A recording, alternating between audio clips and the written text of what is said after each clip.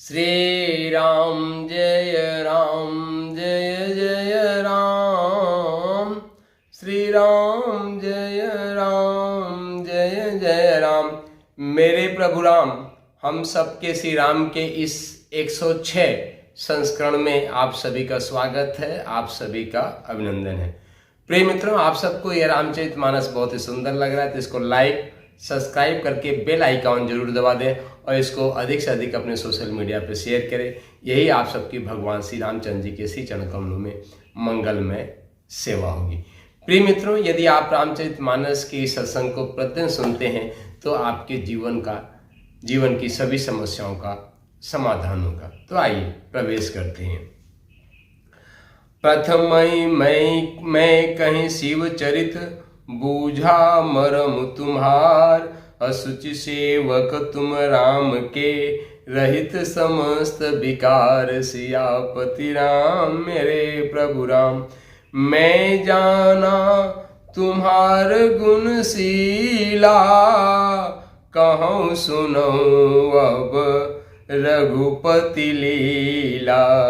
सुन मुनि आजु समागम तोरे, और कहीं न जाहि जस सुख मन मोरे। रामचरित अति अमित मुनीसा, कहीं न सकहीं सत कोटि अहिंसा। तदपि जथाश्रुत कहूँ बखानी, सुमिर गिरापति प्रभु धनु पानी। शारद दारु नारी सब स्वामी, राम सूत्रधर अंतर जामी। जेहि पर कृपा करहि जनु जानी, कवि उर अजीर न चावहि बानी। प्रणवं सोई कृपाल रघुनाथा, और बरनौं बिशद तास गुण गाथा। परम रम्य गिरि बरु कैलासु, और सदा जहाँ शिव उमा निवासु। सिद्ध तपोघन जोग जन, सुर किंकर मुनि वृंद। बसई तहाँ सुकृत सकल, से वही शिव सुख कंद। सियापति राम मेरे प्रभु राम। मेरे प्रभु राम, हम सबके श्री राम के इस 106 संस्करण में आप सभी का हार्दिक स्वागत है, हार्दिक अभिनंदन है। प्रिय मित्रों, अब इन्हीं दोहों और चौपाइयों का हम सब हिंदी में भावार्थ श्रवण करेंगे। प्रथम मैं कहीं शिव चरित, बूझा मरम तुम्हार। असुचि सेवक तुम राम के, सहित समस्त विकार। मैंने पहले ही शिव जी का चरित्र कहकर तुम्हारा भेद समझ लिया। तुम श्री रामचंद्र जी के पवित्र सेवक हो और समस्त दोषों से रहित हो। मैं जाना तुम्हार गुणशीला, कहूँ सुनो अब रघुपति लीला। सुन मुन आज समागम तोरे, कहीं न जाए जस सुख मन मोरे। मैंने तुम्हारे गुण और शील जान लिया है, अब मैं श्री रघुनाथ जी की लीला कहता हूँ। सुनो हे मुनि, सुनो। आज तुम्हारे मिलने से मेरे मन में जो आनंद हुआ है वह कहा नहीं जा सकता।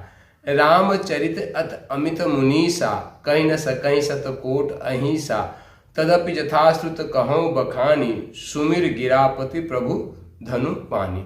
हे मुनीश्वर, रामचरित्र अत्यंत अपार है। 100 करोड़ शेष जी भी उसे नहीं कह सकते। तथापि जैसा मैंने सुना है वैसा वाणी के स्वामी प्रेरक तथा हाथ में धनुष लिए हुए प्रभु श्री रामचंद्र जी का स्मरण करते हुए कहता हूँ।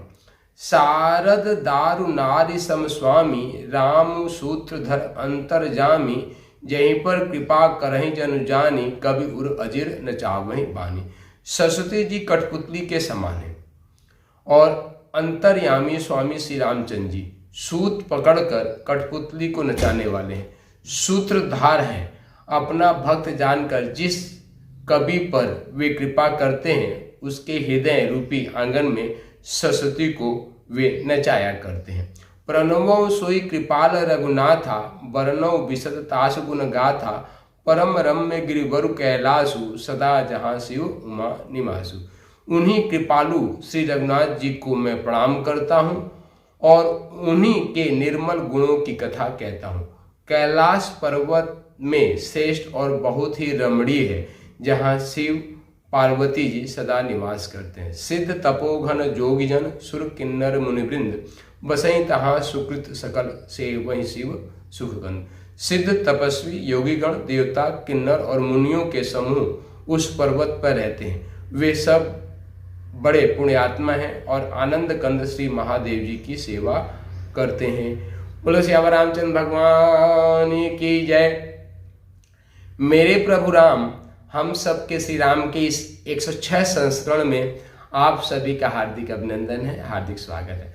प्रिय मित्रों, आप सबको यह रामचरितमानस बहुत ही सुंदर लग रहा है तो इसे लाइक सब्सक्राइब करके बेल आइकॉन जरूर दबा दें और इसको अधिक से अधिक अपने सोशल मीडिया में शेयर करें। यही आपसे भी भगवान श्री रामचंद्र जी के श्री चरण कमलों में मंगलमय सेवा होगी। तो आइए अब इन्हीं दोहों और चौपाइयों का यथागति यथा सामर्थ्य जो बन पड़ता है आप सब के श्री चरणों में समर्पित करते हैं। प्रिय मित्रों, प्रसंग आप जान रहे हैं कि रामचरितमानस का यह प्रारंभिक है। अभी 104 से 105 दोहे के बीच में ये चल रहा है और पूर्व में हमने निवेदित किया था कि जब प्रयागराज में माघ मास में कुंभ मेला लगता है तो वहाँ पर ढेर सारे ऋषियों मुनियों का आगमन होता है। अनादिकाल से, सनातन काल से ये चला आ रहा है। तो ऐसा ही एक समय भरद्वाज मुनि के आश्रम में याज्ञवल्क्य मुनि और अन्य ढेर सारे ऋषि आके रुके हुए थे और जैसे माघ मास पूरा हुआ सभी मुनियों ने, ऋषियों ने प्रस्थान करना शुरू किया तो गोस्वामी तुलसीदास जी यहाँ पे लिखते हैं कि भरद्वाज मुनि ने बड़ा विनय करके याज्ञवल्क्य मुनि जी को रोक लिया।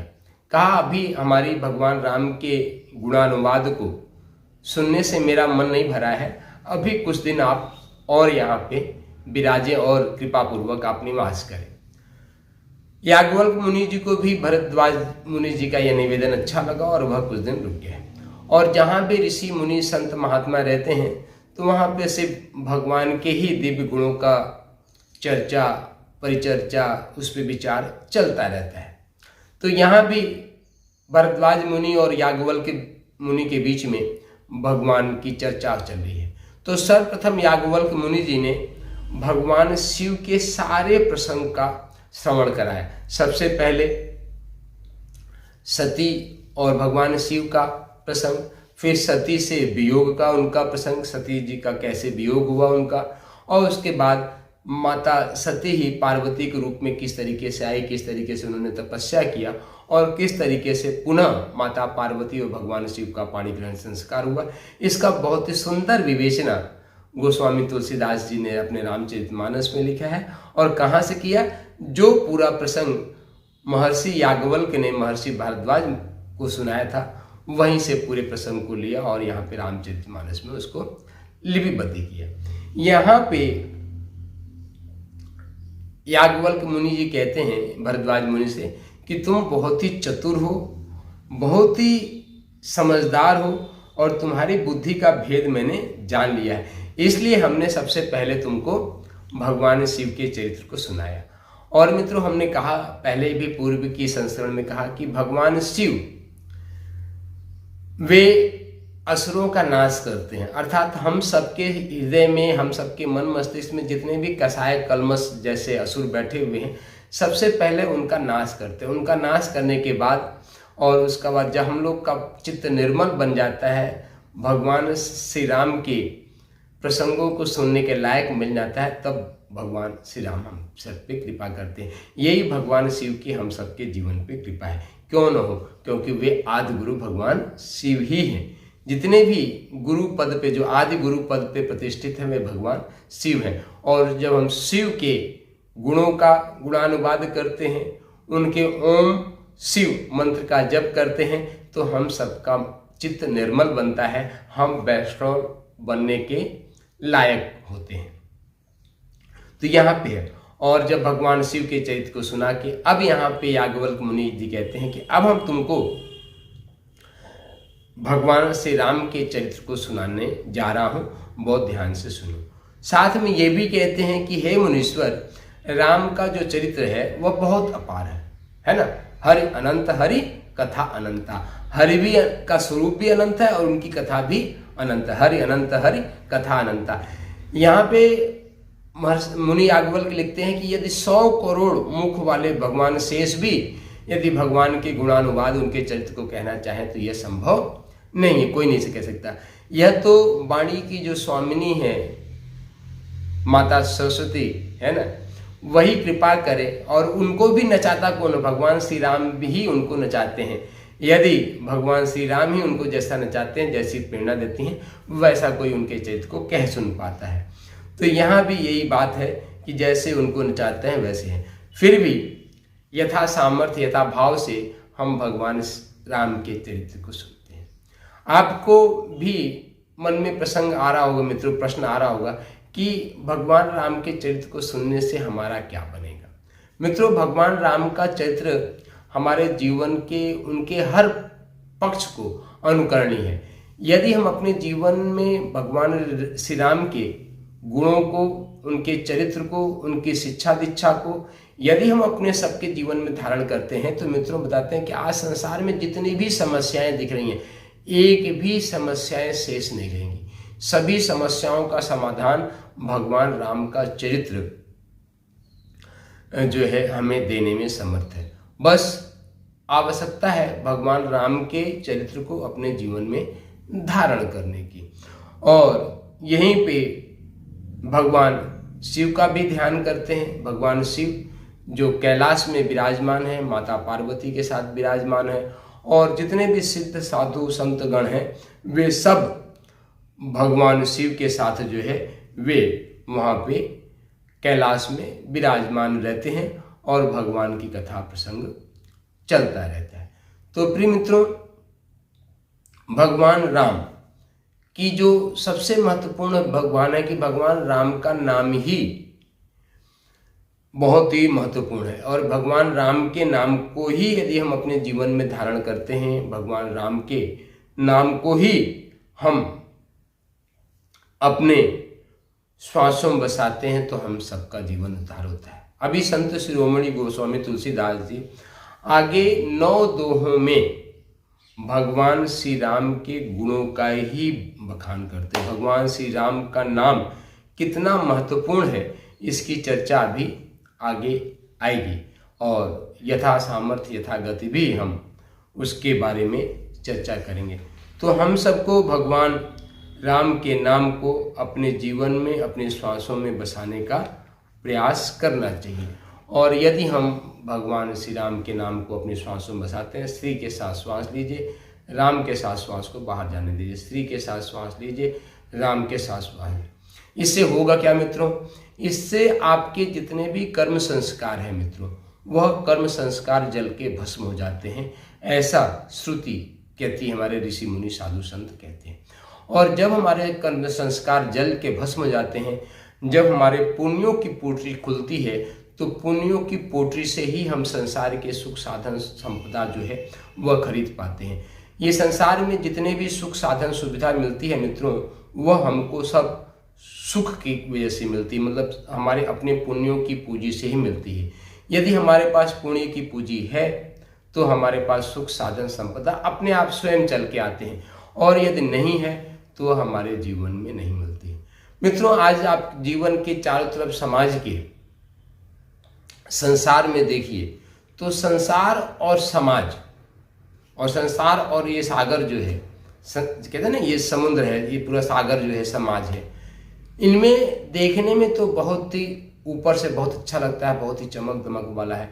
पर मित्रों, इस समाज की गति को आप भी जानते हैं, हम भी इसी समाज में रह रहे हैं कि ये समाज आपको अच्छा करोगे तो भी नहीं चलने देता है, और यदि समाज में बुरा कर रहे हो तब तो कहने का उसको अधिकार प्राप्त हो जाता है। यदि आप अच्छा करो, समाज के लिए भला करने का प्रयास करो, पूरी ईमानदारी और निष्ठा के साथ करो, तो भी समाज आपको यह चलने नहीं देता है ना।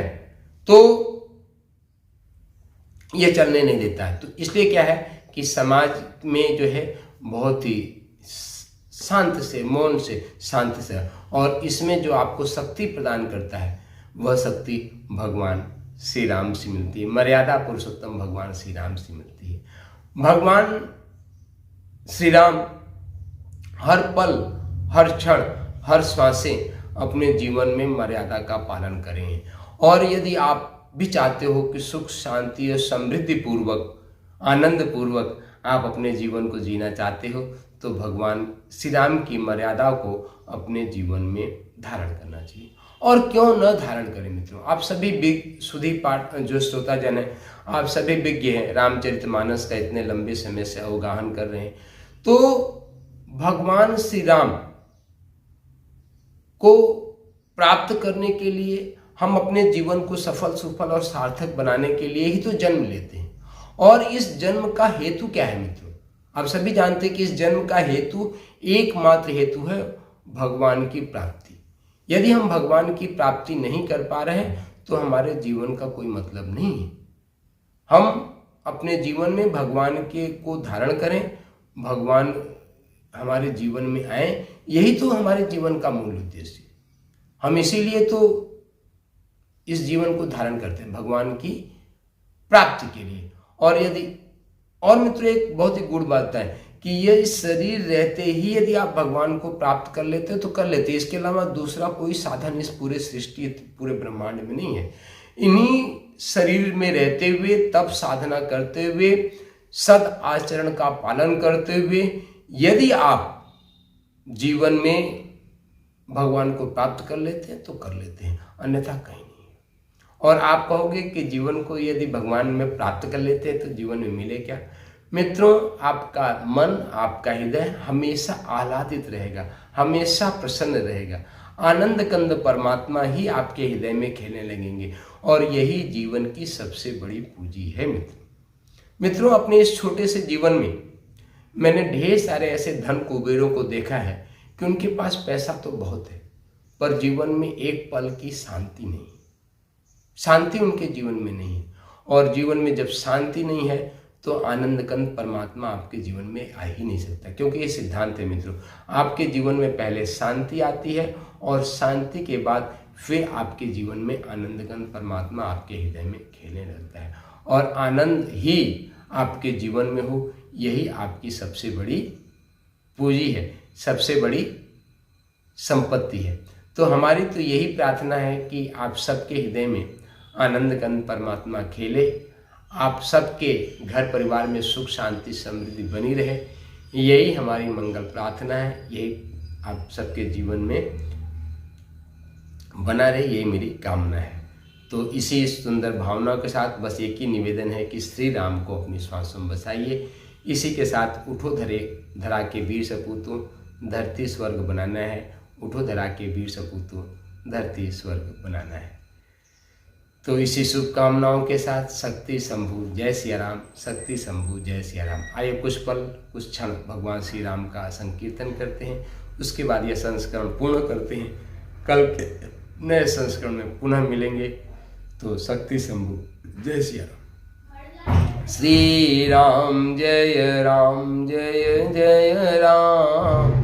श्री राम जय राम, जय जय राम। श्री राम जय राम, जय जय राम। श्री राम जय राम, जय जय राम। श्री राम जय राम, जय जय राम। श्री राम जय राम, जय जय राम। श्री राम जय राम, जय जय राम। श्री राम जय राम, जय जय राम। श्री राम जय राम, जय जय राम। श्री राम जय राम, जय जय राम। श्री राम जय राम, जय जय राम। श्री राम जय राम, जय जय राम। श्री राम जय राम, जय जय राम। श्री राम जय जय राम, श्री राम जय जय राम, श्री राम जय जय राम, श्री राम जय जय राम, श्री राम जय जय राम, श्री राम जय जय राम, श्री राम जय जय राम, श्री राम जय जय राम, श्री राम जय राम। प्रिय मित्रों, आप सबको यह रामचरितमानस का सत्संग अच्छा लग रहा है तो इसको लाइक सब्सक्राइब करके बेल आइकन जरूर दबा दें। इसको अधिक से अधिक अपने सोशल मीडिया में शेयर करें। बोलिए श्याम रामचंद्र भगवान की